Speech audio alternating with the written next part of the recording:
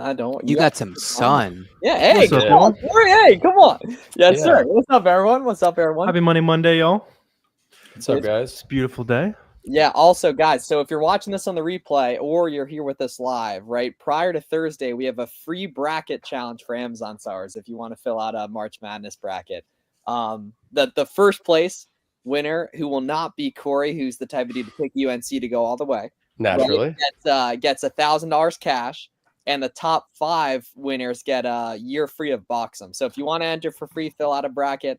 You can put whoever you want, obviously.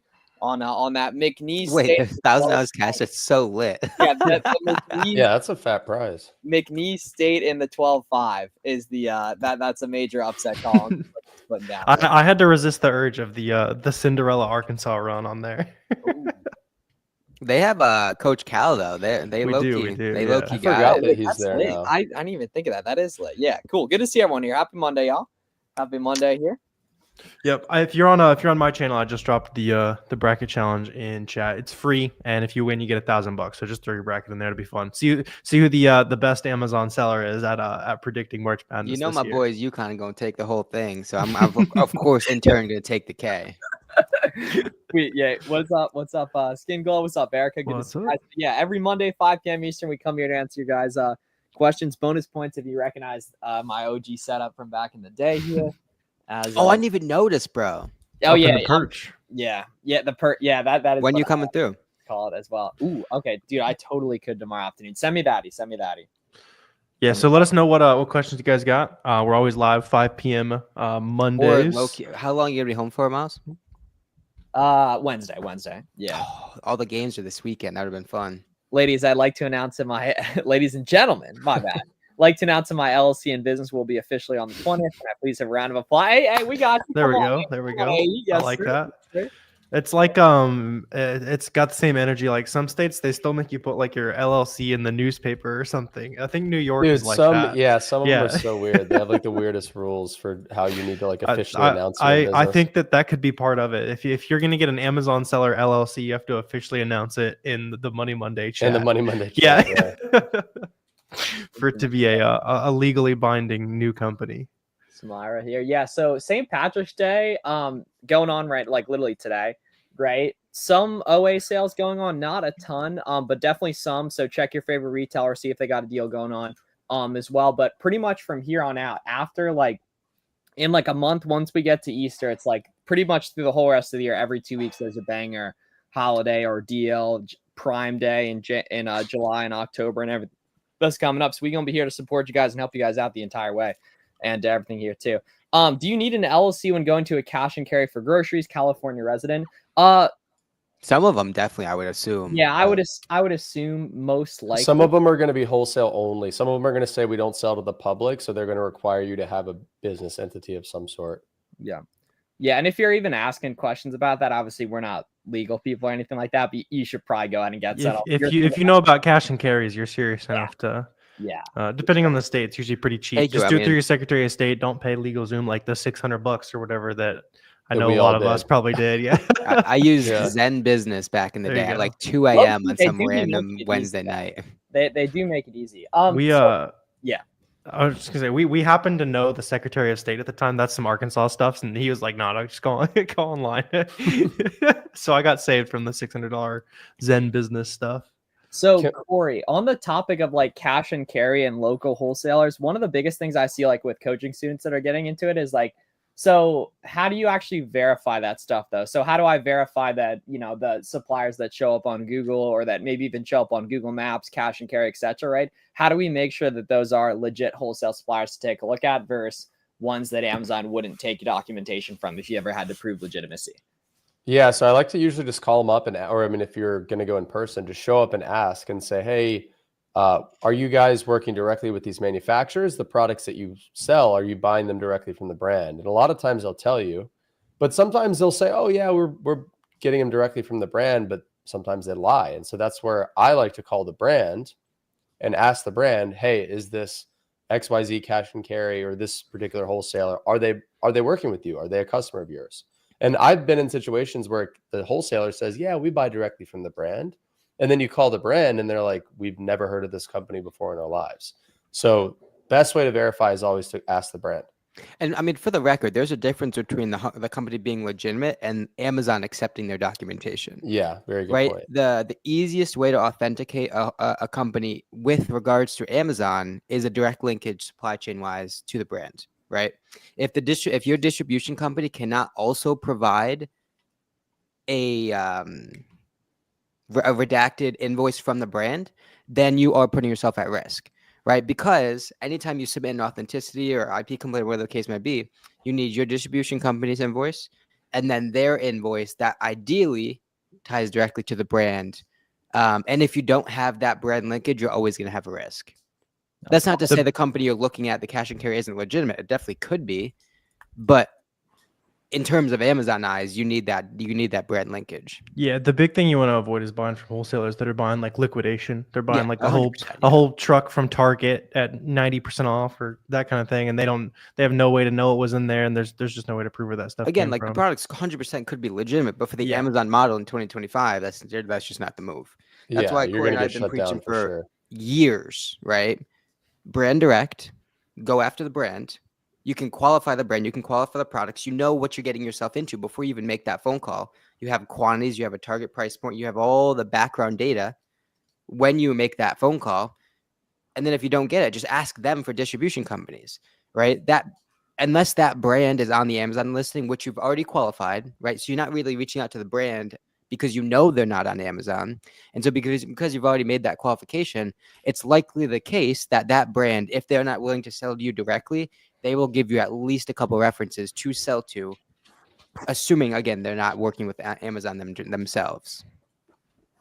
Jacob, good question here. So he said, what do you think about making your own retail website and then hitting up a brand? You're saying you're buying for your site, but then you sell on Amazon. A brand I was talking to said, we don't sell to Amazon sellers, but if you have a website, we will approve you. So Jacob, I have a website. It's powertoolplus.com.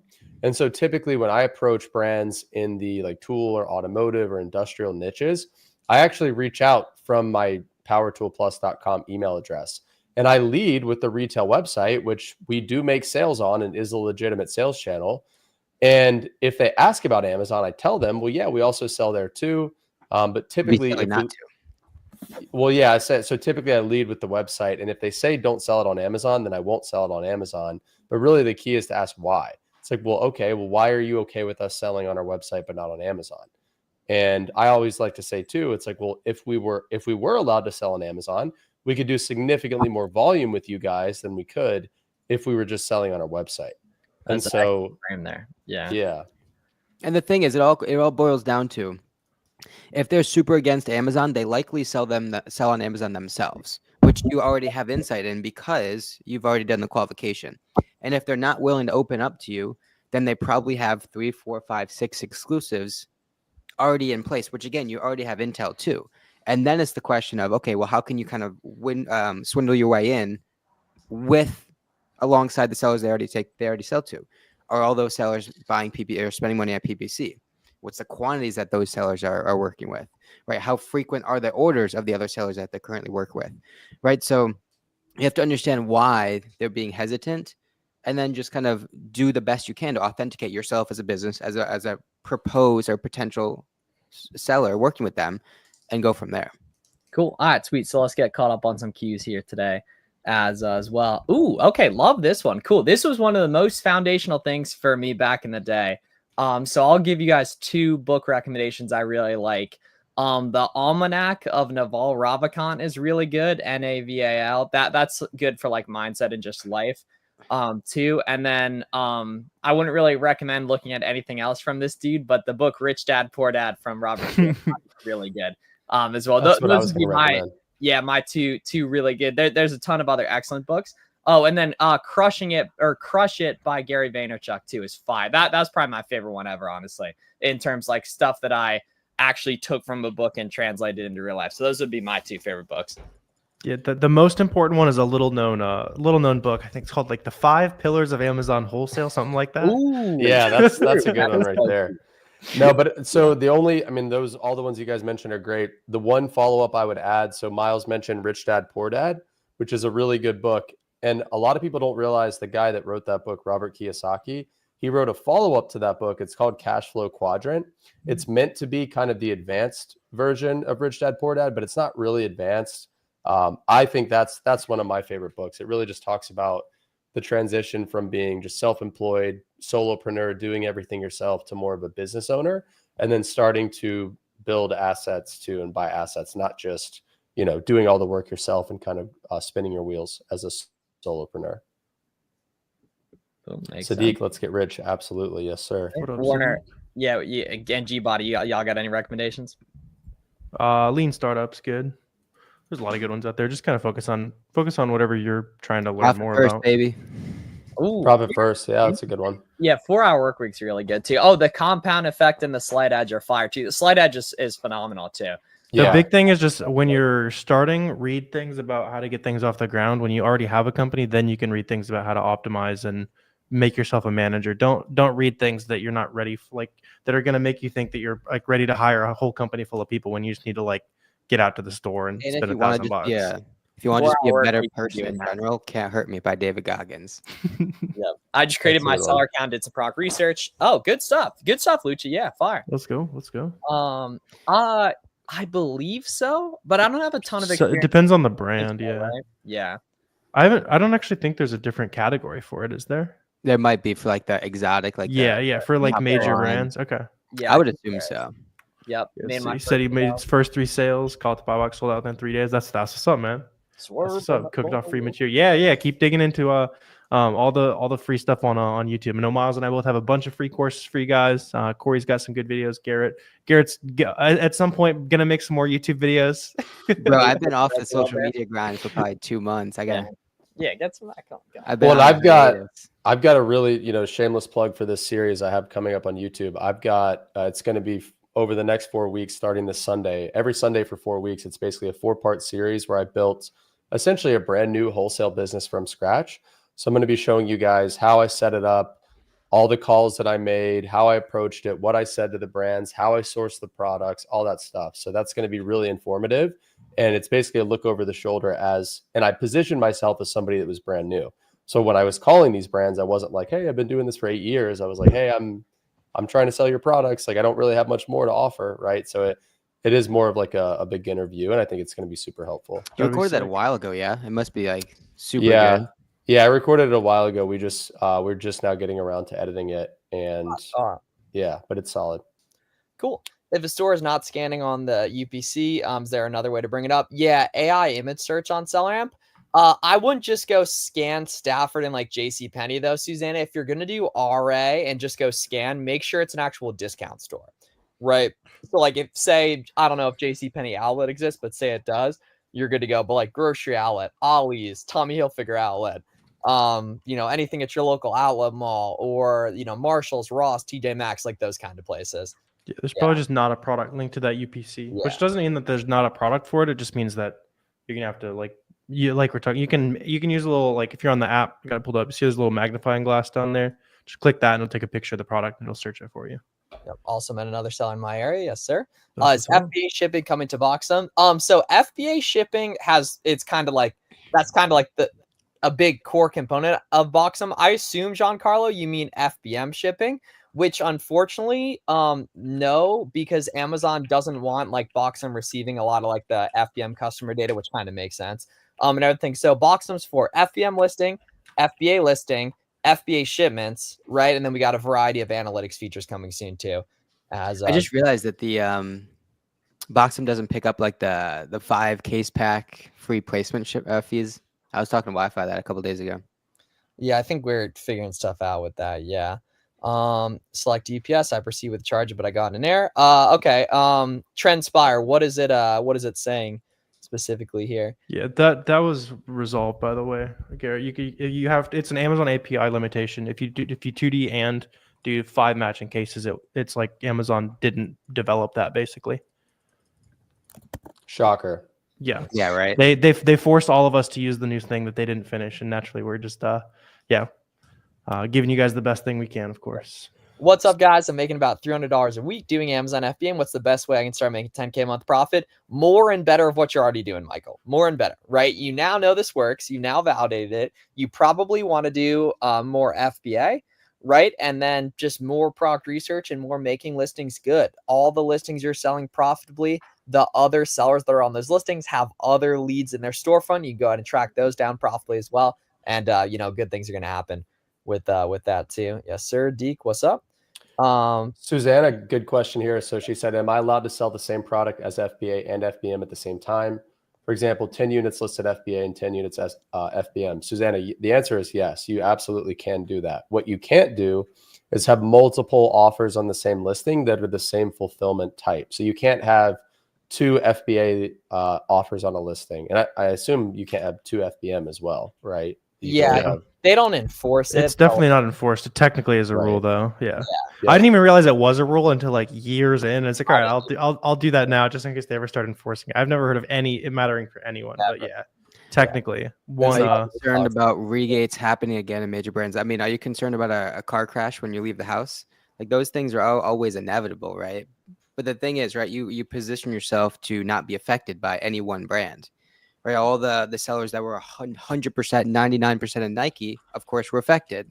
But the people that were 10% Nike, 10% Adidas, 10% Under Armour, and 70% all the other brands weren't hit as bad, right? So you position yourself in a way to mitigate risk of any particular brand, any particular listing getting tanked, any particular niche that you're in, right? So you just position your storefront accordingly. But any big brand can pull the plug whenever they want.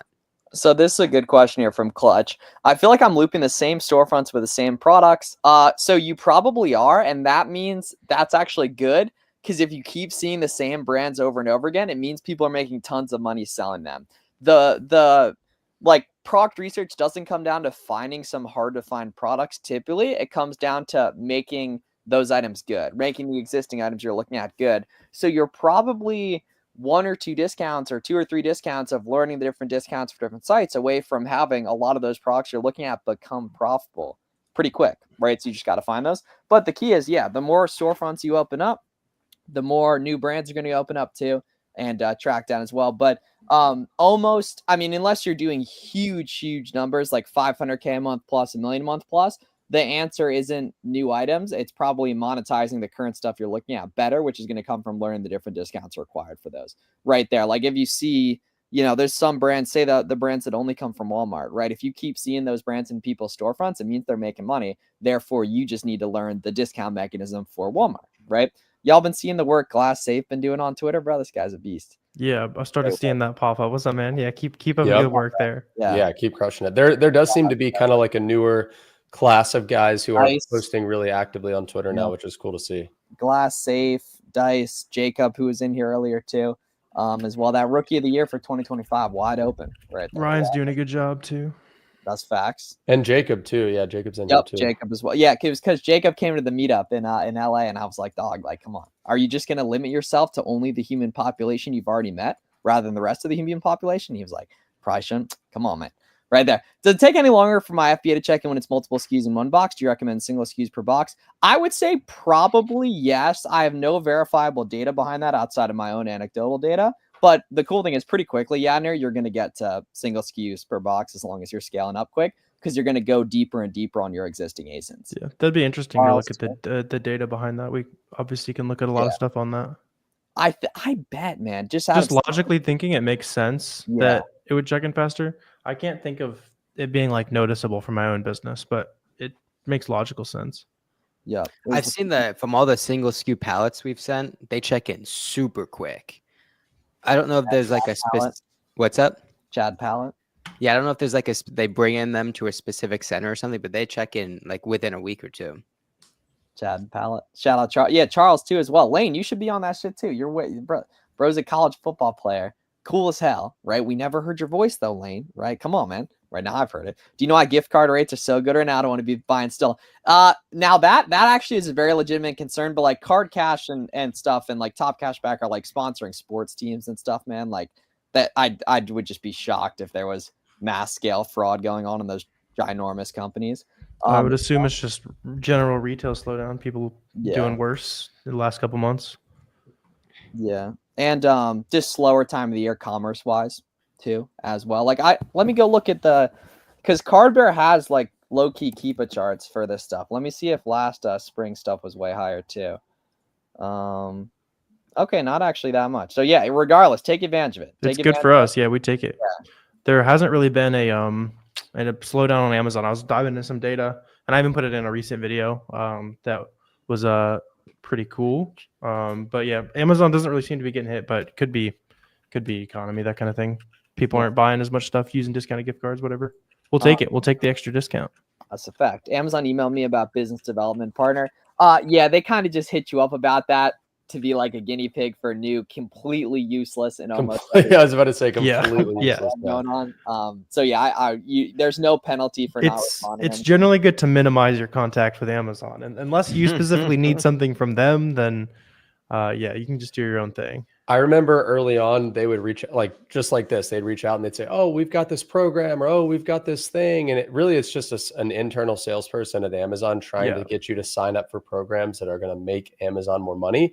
Now, with that said, really big sellers like our friend Ryan Yapel, he's a multi-8-figure per year wholesale seller. He gets access to pilot programs inside Amazon that are actually really beneficial. One of them he was explaining to us.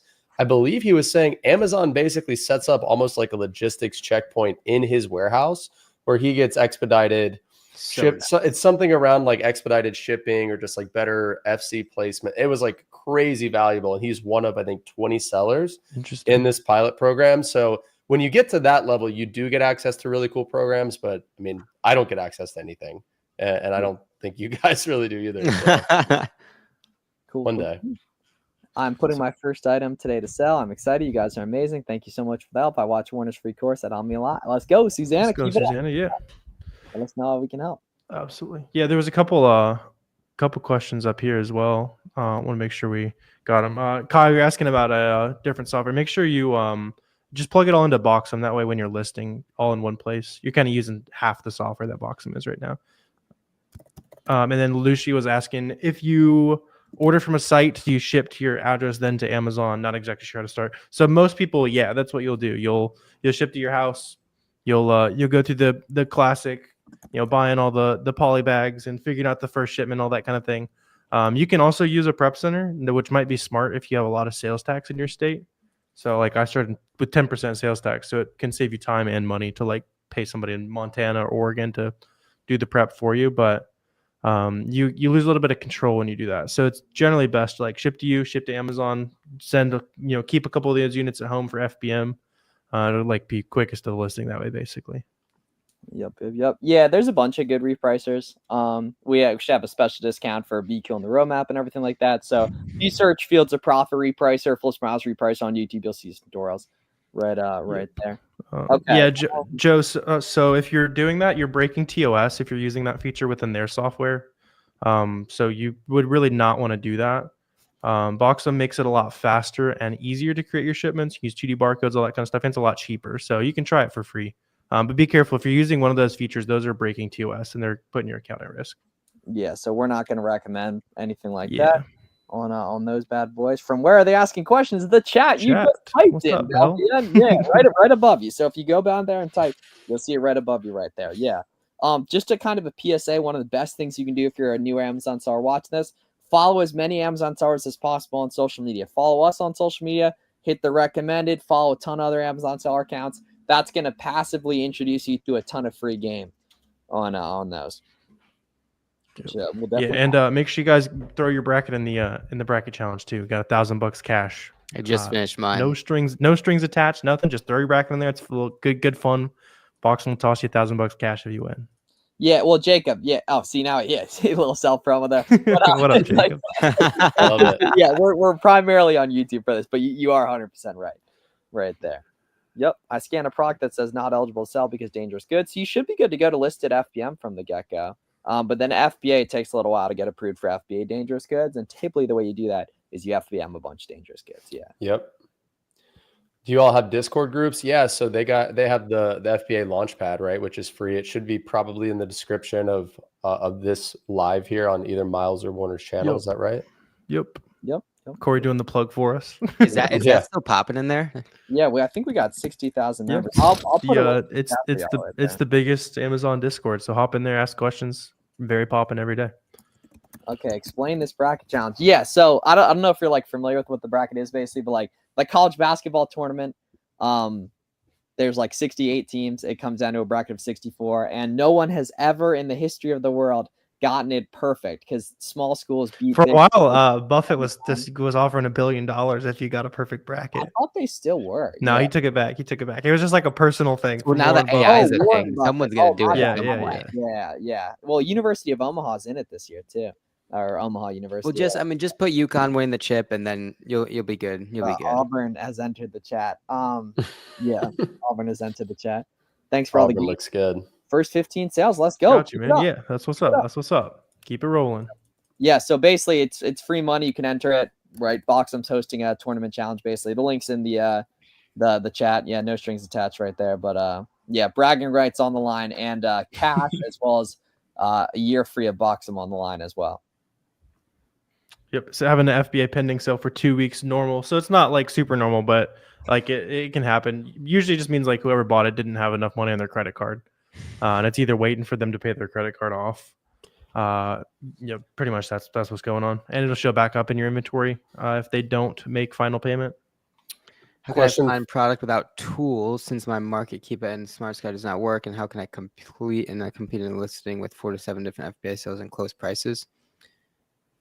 So what market are you in? And I mean, a repricer is the answer to how you compete. But I'd be curious to know what market you're in. I thought Keepa works for every marketplace, doesn't it? Or for every country? Except for Australia. Yeah. I mean, the key is to just continue to buy products that move for one and that you can price competitively with, right? The rest is kind of out of your hands, but as long as you're buying products that move and pricing competitively along with the buy box and the trend and the historicals of the product, you'll be in good shape. From that point on, you can't really control like how many sales you get, but you put yourself in a position to succeed. You guys are a bunch of core sellers. It's fun. I love when people say that because everybody who ever says that, I mean, I probably spent more money on one ASIN in the last 48 hours than that guy's made in revenue in the entire year combined. So I love when people say that. It's hope you're doing hilarious. good, man. Good question here earlier though. Somebody said, when you're making a website for wholesale, should the name be the same as he said LTD, which I think is a thing in the UK, but basically the same name as your company. So no, it doesn't have to be. Like I was saying earlier, my website is powertoolplus.com. That's my retail facing website. And that's not the name of my company. So it doesn't need to be the same. Yes, Jacob, we got you. Don't worry, family. Don't worry. Pick and pack fee part of the fee Amazon takes automatically on SellerAmp. Yeah. So if you look at the fees section on SellerAmp, you can break it down and it'll show you like line by line where all the money's going. If you just want to know for your own curiosity. Based in the UK. That's what's up here. Cool. Sounds good. How long will that take? So it should be instant. It might take a couple of days to verify. I doubt it. It was instant when I did it. Similar stuff back in the day. And I think that's a great question though, or a great just kind of PSA for all you guys. Whenever you change like individual to professional, sole proprietor to LLC, add a new address, switch up your credit card on file, anything like that, always give Amazon Seller Support a call prior. Yeah, they just want to make sure you didn't get hacked or something. Some randos getting in there, switching your bank account info around. Yeah, let us know if you guys got any last minute questions here. Cypro, why should I start Amazon FBA? Because it's a really good way to learn how business works. So it's a great business to start if you're an advanced business person, but even if you're newer to entrepreneurship and newer to business, it's a really good low barrier to entry way, especially if you're doing arbitrage, to learn how to source products, to learn how to manage cash flow, to learn how to manage your schedule, to learn how to be consistent, learn how to talk to people. Really good way to kind of break into business. All right, learn how to get an ungodly amount of weird objects in your house, among other things. Yeah, exactly. As well. Yep, for sure. Right. As many as possible. Personalized cold calm, as many as possible. Yep. How do I do premium product research for FBA wholesale as a beginner? So, I mean, the tool that I like to use when finding brands, I like to use Smart Scout to find brands. But if you don't want to invest in a tool, which you should, then you can always just go on Amazon.com and kind of just search manually through product listings, find products that aren't sold by the brand, aren't sold by Amazon, that are just being sold by other third parties, right? And those can be a good place to start. Yep. Arbitrage is reselling stuff. Yep. Yes. So pick and pack is only FBA. The 15% referral fee is FBA and FBM. SellerAmp's going to do both of those for you right there. To be aware of. Just sales tax for SellerAmp. So your MISC fee percent. Make sure you have that accurate per your state. You probably will have 0 for prep fee unless you have a prep center, in which case you'll have 0 for sales tax. Right there. And we appreciate you guys tapping in for Money Monday. As the resident bracketologist in the stream here, I'm gonna give some upset locks for anyone entering the challenge. Right there. So Creighton over Louisville, Yale over Texas A&M, New Mexico with Patino over Marquette. Let's see, Colorado State over Memphis. The Tigers choke in March. Drake over Missouri. That's an easy one. Arkansas over Kansas. Calipari, shout out. Yeah, it is. Yeah, it is. Yep. Utah, Arkansas Final Four. Yeah, Arkansas Final Four. that's a hot take. I can have hometown copium. Let me have some copium. Utah State over UCLA. Let's see. McNeese State over Clemson. I got McNeese State in the Sweet 16. We're going through the whole bracket here, aren't we? Look up the manager if you haven't already. Dude, imagine if they actually go to Miles' the Sweet cousin 16, or I'll be something. dead. Vanderbilt over St. Mary's. SEC easy. They might be ACC. I think they're SEC though. No, they're SEC. Yeah. That's, yeah. Okay. Cool. And he's from Tennessee, I think. Let's see. I think Baylor over Mississippi State. And then let's see. Do I have any? Drake to the Sweet 16. McNeese State to the Sweet 16. So your whole bracket is upset. Just wait, dude. I literally come back to this in a week. Someone can clip this. Rare. Come back to this in a week. Any other upset picks for a round of 32? UConn beating Florida. Oh no, I'm not gonna hold you. I'm pretty sure I thought about that one. I thought about that UConn one. losing in the first round. Tap. Crazy dog. Yeah, we use prep centers, Dimitri. Yeah. Okay. Use them right away if you pay a lot in sales tax. Yeah, if you don't pay sales tax, then you do your own prep for a while. It's higher ROI to do it yourself. Yeah. Best place to get small boxes, like if I was just FBMing a DVD, somewhere probably like Uline, I would assume, right? Would be a good You option. can bubble mail a DVD, save some money too. Yeah, that's true. Yeah, bubble Walmart mailer. to start, and Unless then, it's like a collectible, super expensive DVD or something. yeah. Definitely lower sales or high sales, low margins, but your margins get better over time the more discounts you find, and take what you can get to start. Yale over Texas A&M, low key. Watch. Yeah. Oh, dude. Yeah. Ivy League fellas. They beat Auburn last year right there. Cool. I was watching that the finals game, Yale versus Cornell, while I was running the other day. Yale balls. Yeah, they're like that. Yeah. Right there. Cool. All right. Appreciate all y'all tapping in. Another episode of Money Monday. We'll be back tomorrow, 4 p.m. Eastern for SellerAmp Seller Hour as well. And every Monday, 5 p.m. Eastern for Money Monday. Almost 2 years running, probably about a year and a half running every Monday. Haven't missed one. Check out the bracket challenge. It's free to enter at the link in the description. We'll see y'all soon. Y'all be great. Yes, sir. See you guys. Be back next week. See you, fellas.